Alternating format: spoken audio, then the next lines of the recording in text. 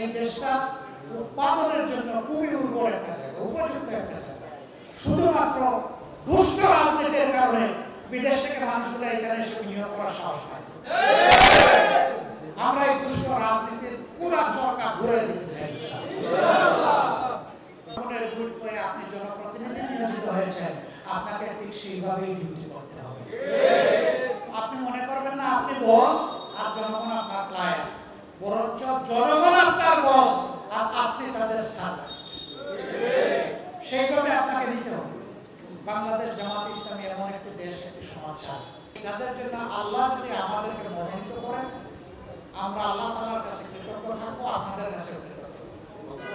যদি আল্লাহ এই পর্যায়ে আমাদেরকে দায়িত্ব না দেন, আমরা মনে করবো আমাদের বিরাট ঘাটতি আছে, ওটা আগে বসাতে হবে। আল্লাহ হয়তো আমাদেরকে ঘাটতি সহ দায়িত্ব দিতে চান না। তবে বাংলাদেশের মানুষ বড় অতিষ্ঠ, যেখানে যায় একটা কথাই